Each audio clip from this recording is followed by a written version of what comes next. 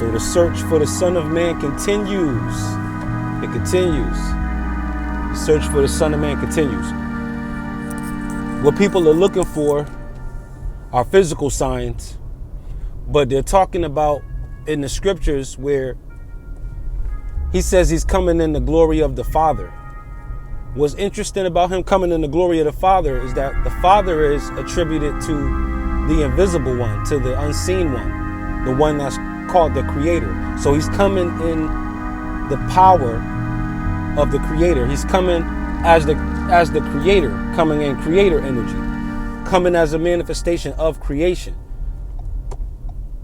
You'll make a mistake if you're looking for a man. You'll make a mistake if you're looking for an image, because he's not coming back in an image.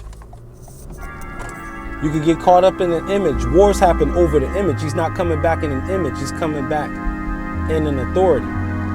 It also says he'll be arriving on fast-moving clouds. Every eye will see him, and they'll mourn for him, especially the ones who pierced him. Now, I just got done saying that this is a non-physical thing. And talking about every eye will see him, the mind's eye will immediately know who the truth is. But it won't be designated to one particular individual per se, but different individuals spread throughout history is how it goes down. And the truth is recognized for being what it is because it's at the apex of creativity, thereby being attributed to the Creator, giving what they call glory to the Father, to the Creator. A lot of people, even if they don't agree on their beliefs, essentially they'll agree on the existence of a Creator. They might call him the man upstairs. They might call him a higher power. They might call he or she. They might call he or she an it. Whatever the case.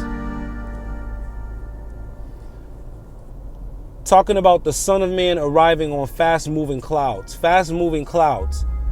Clouds represent bodies of people, witnesses, but it also represents in AI language, literally the cloud, stored on information, on fast-moving information. The Son of Man will be seen. The Son of Man will be seen in this age.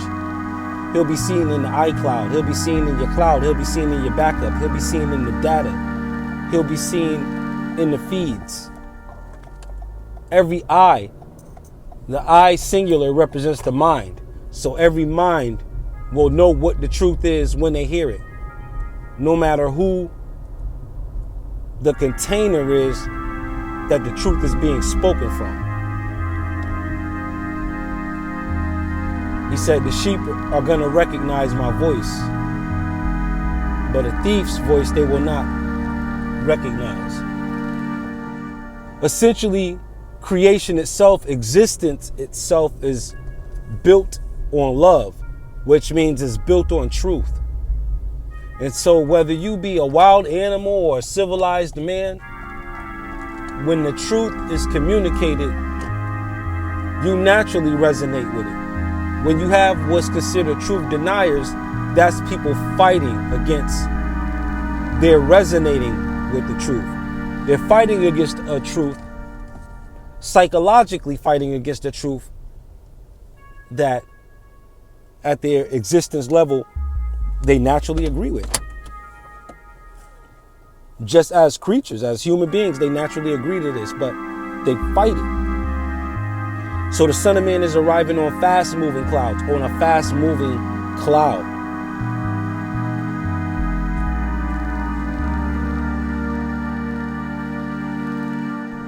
Let me say this too, though.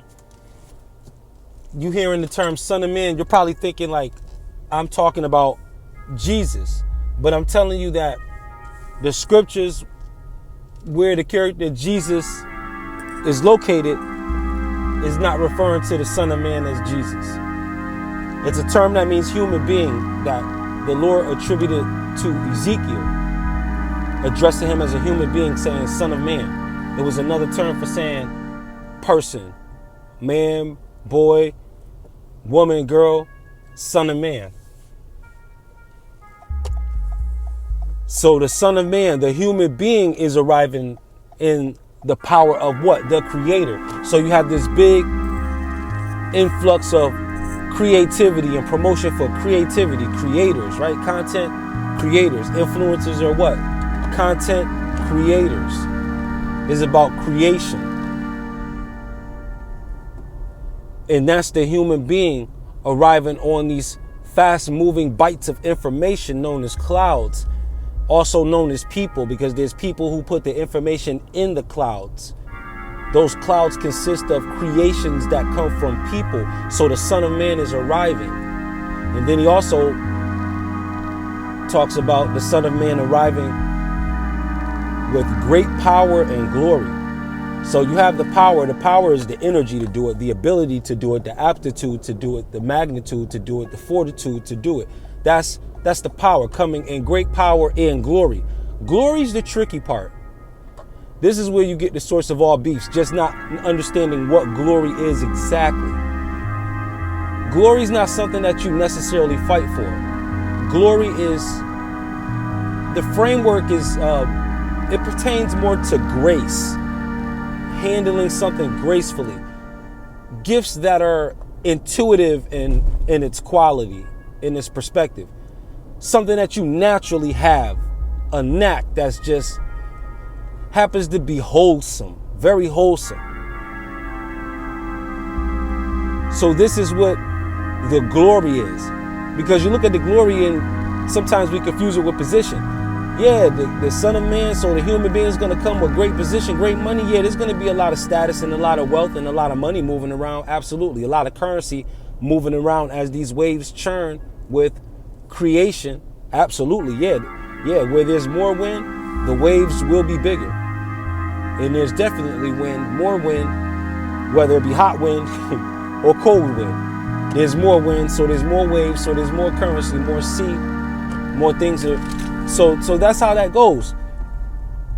So is the glory is what the portrayal is. You could call it the before and the after. But the glory here is pertaining to the after effects.